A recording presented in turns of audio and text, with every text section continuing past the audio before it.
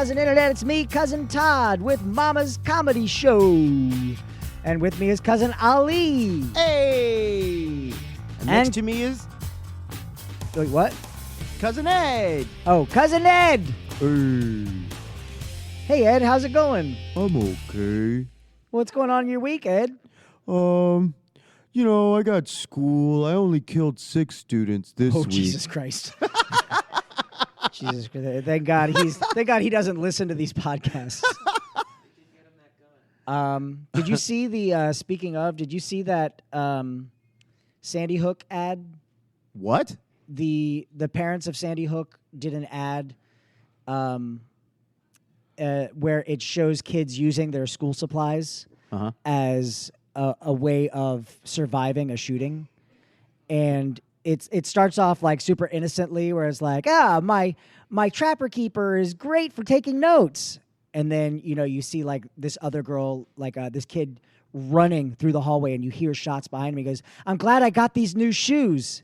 And then it's like a girl with long knee-high socks, and she's sitting down, pulling off her sock, going, the clothes that my parents got me are great. And she's using the sock as like a tourniquet on her friend who's been shot. Oh, my God. And like the whole thing is this, like, I will say it's disturbing. Yeah. But the whole message is, you need to be aware of what kids have this potential. But it was just so dark. So what's their purpose? Because I'm not getting it. No, their purpose is to. Hey, you know what? We can watch it. Let me look up. Wow, Todd, that looks like a brand new phone. Yeah, the iPhone 11 Pro. Max. $11,000. It was $1,500, but I went super maxed out, and I get $600 for my trade-in. Sandy Hook school Commercial. Yeah, because there's a lot that comes up when you just... Yeah, you just do Sandy Hook. Good. So while he's looking for that, I just want to thank you guys for listening. Oh. And we love starting it off in an upbeat fashion. All right, so I got it. So This year, my mom got me the perfect bag for back to school. These colorful binders help me stay organized.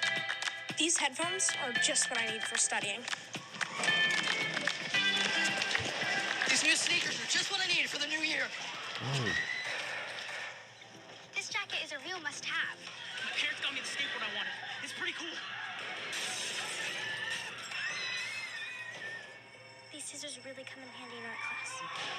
Oh, my God. These colored pencils, too. These new socks, they can be a real lifesaver.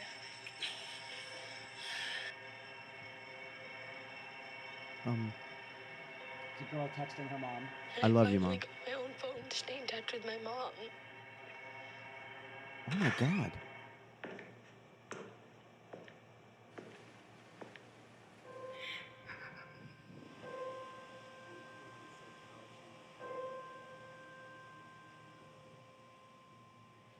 The Sandy Hook promise. School shootings are preventable when you know the signs. They're saying, watch your kids. Like, if Josh is your kid right now, and he was in school, any bag that he carries in. I do not get that. You really don't? No, I don't get it at all. It was one of those things where when I saw it, I was like, holy shit, that's powerful. Because I get it that it's dark. It's the but whole, I don't see the point of it. It's the whole see something, say something thing. Like I don't get that at all because no one's coming in with a gun. See something, say something. No. No, it's like I got socks. Okay, I got that. I got. Yeah. No, I think this is literally like. I don't think it's as bad as when PETA would get those billboards that are outrageous or anything like that. I do think that this ad was inexpensive, and it definitely got them news coverage. Yeah. It's been. Speaking of. Cousin Ed, everybody. Hi. Ed, make sure your microphone's on there. It's not. Is it? Well, he just told you it wasn't. You calling him There a you go. liar? He is. Hi, Ali. So Whatever. we were just talking about the, have you seen the Sandy Hook Promise video? No. the school shooting thing? No, All right, I know about Sandy Hook. I know about. yeah, we're not gonna watch it again. But Yeah, no, I think it missed the mark. oh, see, I don't Hard. like I wanted to share it immediately because I was like, fuck, this is a message that that really hits like it strikes a chord in me that was unsettling. And, No, but I think that's the purpose of it. I think the purpose of it is to Just say, to say something that's unsettling, to show you something that's unsettling? because at the end, the whole, just to catch you up, Ed, the whole thing is it's kid using their school supplies to run for their lives during a school shooting. And then at the end, it's like, know the signs, save a life, the Sandy Hook promise. It's the parents. But what of, signs are they looking for in that commercial? What signs? They did That's the another thing. commercial. They did another commercial last year that was showing the kid by himself in lunch, and it was always in the background. That And- would have worked. But that was the signs. That's what they're saying is know those signs. So If it's a you're- continuation. I don't know if it's. I wouldn't call it a Because I'm part like, two. it wouldn't, like, I don't get signs from that at all. Well, it might be designed for a more intelligent audience, and that's Wow. fine. And Wow. No, I think it was meant 100% to be controversial. You know, you see a girl pulling off her knee-high socks and using it as a tourniquet on her friends, going, "These new socks could be a real lifesaver," but she's like, everyone is thankful for the things that they were given. If the purpose of this ad was to go, hey, use what you have on you to help save a life. Totally got it. Yeah, no, I totally get that point. Yeah, that hammered that home. Use what you have. But I learn think what they you were have to going a help little save more. lives. They were going real parody heavy at first. Yeah, no, I thought it was an SNL sketch at first. Oh, no. Like it looks like an SNL sketch. It in could the beginning. be. You know what I mean? It could be because it goes that kind of ridiculous. Yeah. But let's look at the reality of it. It's fucking ridiculous right now. Oh no, it is. You know, I just think like it's a powerful commercial. I mean, we have to get the point. We have to pat people down before they come into our show to make sure they're not smuggling in jewels. Yeah. It's fucking vape pens. You don't have no illegal vape pens back there, do you? Mine's legal. Yo, yours is legal? Where are your papers? You shouldn't need papers. It's a pen. Oh. So it's a pen. You have a card? Hey, yeah, I think I could be the first person in history to ask Jewish people. Yeah, I was about to say, I love the fact that the really white guy is asking the Jewish lady for papers. I thought it was Like, listen, oh my God. listen. You say what you will for the Nazis; they were organized, and everything was filed. Oh my God, dude. They were clean. So, anyway, speaking of people who want to swindle you out of money, Ali, how was your week? Oh, it was fun. I got swindled out of $1,110. Eesh. Yeah. What happened? Here's what happened. I'll try to make it brief. I'm waiting in line to pick up my daughter at school, and my phone just starts going bing, bing, bing, like email notifications. Yeah. And I look at it, and it's like a scroll. It's just they're continuously coming in. And I had, by the time Adriana got in the car, I had about 200 emails. And it's all, welcome to, let's just say Spotify. Thank you for registering for this. Thank you for registering for that. And I'm like, I haven't registered anything. Please confirm your email. Please confirm your email. I'm like, what the heck is going on? So then I get home. I had 675 emails by the time I got home. And it's just full. So I put on Facebook, I was like, has anyone heard of this?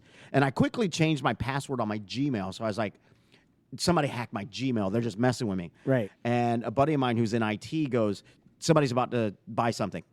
Because what they're doing is they're bombarding your email with all of this crap so that you miss the one email. They think you're going to just erase everything, and you're going to miss the one email that says, thank you for ordering this. Or here's where we're shipping this. Oh, shit. So I had to go one by one. By the time I've probably had over 3,000 emails so far in 2 days. So that night, I'm checking my bank account. I'm checking my credit cards. Nothing's being charged. I'm like, okay. And then I spot an email that says from GoDaddy, who hosts my website. It says, thank you for making changes. If you didn't make these changes, call us. So I call immediately, and I couldn't even get into the account. They had changed my password. They did a two verification code. They're like, we need to have this code. We can't even get you in. And I was like, I don't have that. I don't know what that is. So I said, let me figure something out. And then I went, oh shit. So I checked my bank account. GoDaddy, $1,110. For what? Apparently a website. So I call the bank and I'm like, look, I've been defrauded. This is what's going on. So they're like, they canceled my debit card. They put my account on hold. And I called GoDaddy again. And they're like, can we get these? I said, I don't have it. I said, I think somebody has messed with me. I've just been charged $1,100 from you guys. And they're like, whoa, let's get you to the fraud department. So I talked to this woman, and I let her know what's going on. She goes, wow, okay. Let me see what we could do. Can you give me just the last 4 of the debit card that you would have on file? And I gave her that, and she goes, yep, there it is. There, I see it now. It's $1,110 that they charged. I said, yes. I said, let me come in. Let me talk to my boss and people at Fraud Protection, see what we can do now. So she comes back in. She goes, I have good news and bad news. Good news is we can give you that $10. Yes. The good news is they didn't hack your debit card. They hacked your GoDaddy account. So they hacked the account, and they got your email from us, and then they got the last 4 digits of your debit card that's on here. But they changed all of the passwords so that they could set up a new account. And so they've set up a new ultra premium website with like all the bells and whistles. And what I'm assuming is that they paid ahead for like 3 years or whatever. Yeah. For the whole mega business thing, which was $1,110. Now, GoDaddy were amazing. They were cool. They're like, we are refunding that immediately, because my bank was like, it's going to take about 10 days. We got to wait for it to post. Then we set up a fraud thing, and I'm like, 10 days? I'm like, I'm an actor and comedian. I don't have $1,110 I can just waste. I'm like, that shit's spoken for. So how quickly did you start trying to sell your daughter? Oh, my God, immediately. When the first email came in, like I drove off. She was running behind me. I was like, wait until I get a receipt. So, like, GoDaddy's like, what we're going to do is we're immediately going to refund it, so it hopefully will be in a couple of days that you get it back into your account. We've shut it down. We've redone everything for your account and blah, blah, blah. So that's what happened. So I'm still waiting. I've got no money in my account. My account's still frozen. Do you know the website? GoDaddy.com. No. The website that they bought. Oh, no, I don't know. I don't know what they did, because it was all on mine. I bet you it was like a really good porn one, though. Probably. To quote Dwight Schrute. Hey, Jesus, shut up. Let Ollie tell his story. God. Thanks, Todd. Cut him off every damn second. You're right. Like I was saying, to quote Dwight Schrute. Identity theft is a serious crime. Millions die every year. What? That's what he said on The Office. Oh. Yeah. I don't think the two things are related. I have had the audacity. Yes. The third testicle. I had that removed. Turns out it was actually my penis. Oh, wow. Yeah. Before I'm not sure where you're going, but I found out some information tonight, Ali. Yes, go ahead. You and I were talking earlier about Todd's bachelor party. Yes. There isn't one. You're not having a bachelor party? I didn't plan one. And he said that next Mama's show was going to be his bachelor party Mama's show. Yeah. And I'm like, that's not really a bachelor party. I'll bring a stripper into the show. That's fine. All right. I can get that. I can handle that. James actually said, "Do you want me to bring some of the girls from my show?" And I went, "Nah."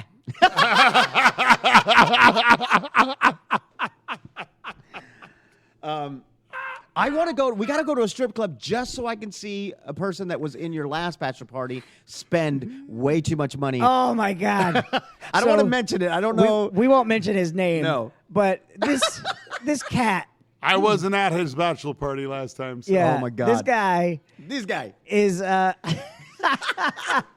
So we should do bachelor party. Oh shit! We can. If you go quickly, we can do a all bachelor right. party. So Sorry. my bachelor party. This one guy comes and he's like, it's a good bachelor party if he comes. he said, I don't have any money. I can't do the voice, because if I do the voice, they're gonna know immediately. He's like, I'm not gonna spend any money. I don't have any money. I'll just you guys stand were at here. Mons? Yeah, we were at Mons Venus, and he's like, I'll just stand here and watch. Like 20 minutes later, me and Brad are standing there, and he comes up and he's like, hey, we gotta go. And I went, why? What's going on? He's like, they're trying to charge me $300. I went, what? And he's like, this girl came over to me. I'm just trying so hard to not do the voice. He's like, this girl came over to me and said, like, she just started dancing, and she was like, do you want a dance? But she didn't say anything about money. Oh, and my God. He's like, so I sit down, and she danced, and I was like, very nice. And then the next song started, and she just kept dancing.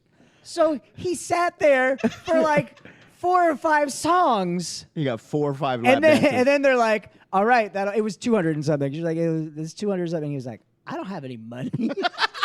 How do you? I'm sorry. I know. How do you not dude. know that? I know. Oh, there another thing from that same night, and this made it in to Zombie Girlfriend, the show that we did. Yeah. But this is the real event that happened. So I'm standing there. This really very attractive stripper comes up, and I'm next to my friend Brad, and she goes, "Hi, I'm Pandora." And he, without blinking, just goes, "Hi." And he shakes her hand. He goes, "I'm Thor." And she goes, "You're not Thor." And he goes, "Okay, Pandora." Can we open your box? I'm the Thor. I can hardly pith. Ollie, do you have a bachelor Quick party story? yeah, we ended up like this is late into the bachelor party, and our friend Stan Benjamin shows up late. We're at the dollhouse. I'm already hammered. The dollhouse? Yeah, we ended up at the dollhouse, and I'm already gone. Well, at that point, I guess it doesn't matter. Yeah, I know. So, 2 buddies of mine were sitting next to me, and Stan shows up, and he's like, Ali, we didn't get any tequila together. I'm here. I was like, yay. So he goes to get a shot of tequila. Well, they didn't have any shot glasses anymore. So he brings me a rocks glass of tequila. It's almost 3 shots of tequila in this glass. And my buddy looks at my other buddy who's on the other side as I'm there. And the way he tells the story, he goes, I looked at our friend and go, we need to get that away from him before he drinks it. And I turn back around and you're done. Slamming it down. Done. Who did that? Me. I slammed it down, and I'm yeah. already drunk. So then my cousin Renee had bought a lap dance. And so the girl's dancing, and I pass out. Like, I pass out in the middle of the lap dance. And she just stands there and looks and goes, well, this is, again, what they're telling me. Looks at Renee, goes, I guess I'll just stop. And he goes, I already paid. Get over here. So when I lived in Tampa, I was friends, and I'm not using that to downplay this. Literally, just friends with a girl who worked at Mons. Okay. And again, beautiful girl. Like they Oh, have. I love Mons. That's what they're known for. Is just really beautiful girls. Beautiful girl, and just fucking like one of those people that you knew. She knows the game. Yeah. And she's like, it was money making for her. We're talking on the phone. This is like there's no cell phones at this time. Right. You know, this is like 98. So you're going, Yeah. That's the sound of me masturbating. So she calls me up after she gets off work, and I'm like talking to her, and she's like, "Oh, it was such a bad night." I'm like, "Oh, I'm sorry." She was like, "Yeah, it was just a really, really a shitty night. I only made $900." wow. Record scratch. Yeah. What? Yeah. That with my And in 90s money? yeah. Oof. No, I mean, for real. Damn. She was complaining that she only made $900 that night. Oh, because she makes way more than that every night. At Mons? Yeah. Oh, dude. And that she didn't have like a drug habit. She wasn't a drinker. She had a daughter that she was like, yeah, I'm just taking care of my daughter. And she was one of those, she like had it worked out. She's like, look, if I do this for 10 years, the way I'm putting my money away, I'll be able to retire. And I was like, Yeah. fuck you. No, that's extra. dare That's you. way extra. My only good strip club story is that when I Is was this part of your bachelor party? Or? We're doing bachelor party stories. okay. Well, you Give can us a good lie. one. Give me one. Yeah, lie. Tell it was in it. My bachelor party story. We went on the Have a Nice Day bus with Have a Nice Day. I remember Cafe. that thing. Yeah. Yeah, and we were on that bus, and we did a bar crawl in downtown Orlando, and I wound up asleep in my front yard of my apartment complex. But yeah, no, there's a stripper story though that it doesn't have anything to do with a bachelor party, but it's much more interesting. Is when I was living in New York, I was dating the girl who was the bartender at the strip club. Because she wasn't a stripper herself. Right. And the thing about that is that when you go to the strip club to see your girlfriend, all the strippers like hang around you because you're the bartender's boyfriend. Right. So guys would come up to me like all the time, be like, dude, how much do you like lay out? You got like 4 women around you all the time. He's like, are you just like, Making it rain bankrolling constantly? it. You Yeah. know, I don't know that we said make it rain back in '96, but I said no, I'm dating Ashley. I'm like, oh. Okay, so they're me not too. So they're not interested. They're not interested in you at all. No, not really. No. I heard. Can I just say something Yeah, real yeah. quick, and we're gonna get back to what you heard. I get really upset by what I know now by hanging out with those women. Okay. What do you mean Well- those women? The women who worked at the strip club. Mm-hmm. Just how Hold on, we lost your mic. Oh, no. it's not a good story anyway. Hold on, we'll put you back. Go ahead and try talking. Hello. Tap it. Oh, I got tap, you. tappy. Yeah, yeah. Okay. No, just how uninterested they are. And I knew they weren't interested in the men. You know, we're giving them money, whatever. How uninterested they are in sex in general. You would be amazed at how many, I would say probably the highest percentage of strippers are asexual. It's not that they're bisexual or, you know. Getting molested by a stepdad does that. They just Yeah. don't care. Jesus Christ, I'm sorry. It's Sorry. it's I don't know. There's something about it that just bugs me, and I'm not sure what it is. But it really bugs me. So this was the the Somewhat worst interesting. thing. The worst thing I've ever heard was at a strip club, and let me preface this by saying I am not a connoisseur of strip clubs by any stretch of the imagination. Connoisseur. Why would anybody? It's called be? connoisseur. Why would anybody be? What a waste of money. Well, I mean, there are people that have that money to waste, and they. I love strip I don't- clubs. I haven't I- been in a long time. But I I've- love money, I've been and to I don't strip have any clubs money to waste. around this country. So there's a place in that. Vegas called the Spearmint Rhino. Yes, the Spearmint Rhino. And I've been to that with the one in L.A. I used to go out to Vegas 3 times a month for work, and one of the guys I was working with was a high roller, and I mean this dude would just pull in so much money every week, and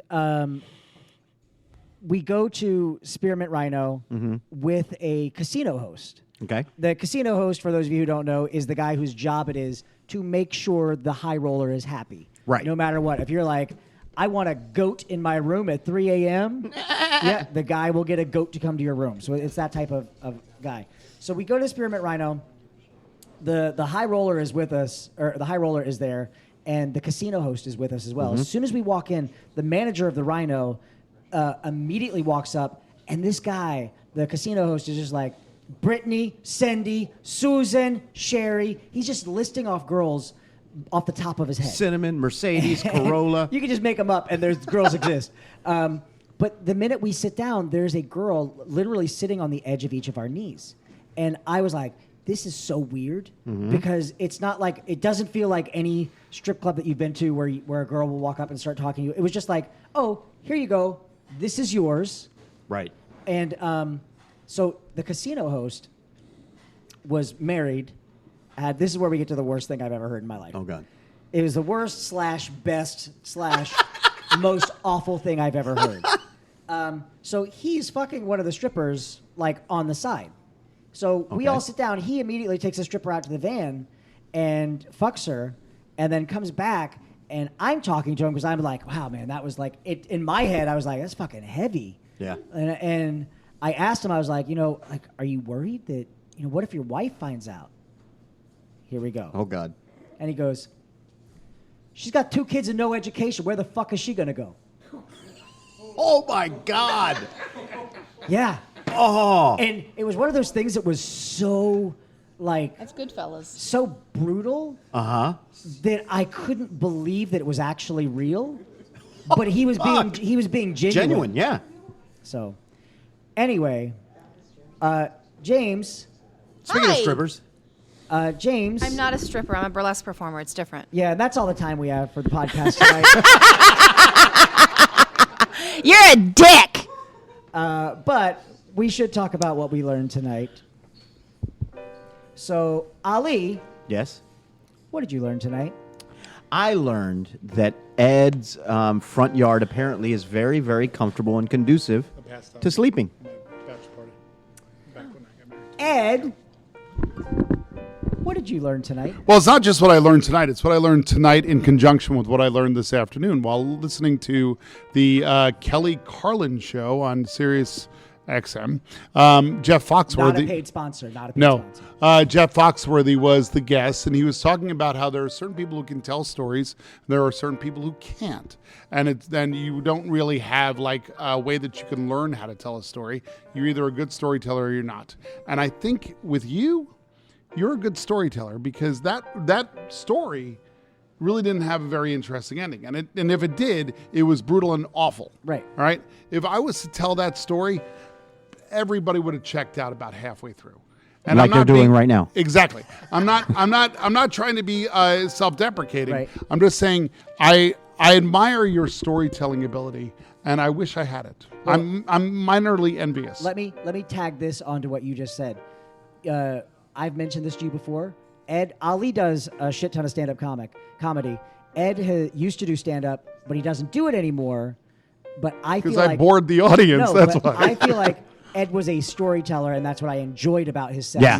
It wasn't set-up joke. Yeah. James, in your brief time with us, what did you learn tonight?